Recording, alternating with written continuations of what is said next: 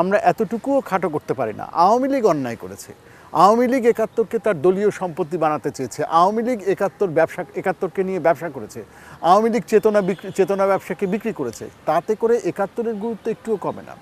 এবং সে কারণে চব্বিশকে মহিমান্বিত করতে গিয়ে একাত্তরকে খাটো করার কোনো সুযোগ নেই।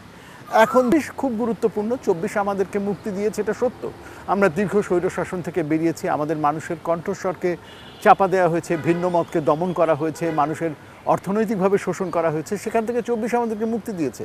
কিন্তু 24 একাত্তরের সাথে তুলনীয় এটা কখনোই হওয়া উচিত না। কারণ একাত্তর আমাদেরকে প্রথম ভূখণ্ডগত স্বাধীনতা, একাত্তর আমাদেরকে প্রথম একটা জায়গা দিয়েছে যেখানে আমরা বড় জায়গা হচ্ছে যে আমরা আমাদের এই জাতি গঠনের বিভিন্ন জায়গায় আমরা বারবারই একটা জায়গায় ধাক্কা খাচ্ছি। সেটা হচ্ছে যে জাতি গঠনের জন্য যে কিছু ঐক্যসূত্র থাকা দরকার, সেই সূত্রগুলো আমরা বারবারই হোঁচট খাচ্ছি।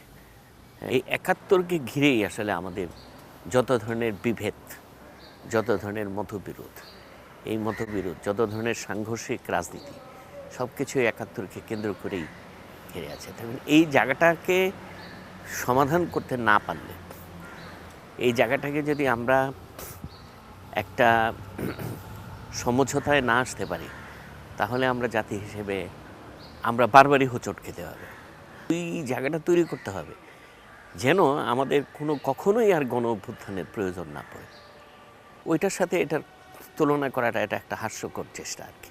আমি মনে করি যারা এই চেষ্টাটা করতেছে তারা, আমার মনে হয়, দেশের মধ্যে বিভাজন সৃষ্টির আরেকটা নতুন প্রয়াস তারা চালিয়ে যাচ্ছে।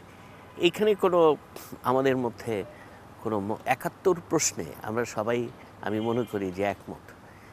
এবং যারা একাত্তরকে মানতে চায় না, তারা আসলে, আমি মনে করি যে তারা এই জাতিকে আবারও দ্বিধা বিভক্তি করার অপপ্রয়াস চালিয়ে যাচ্ছে এবং তাদের এই প্রয়াস কখনোই সফল হবে না।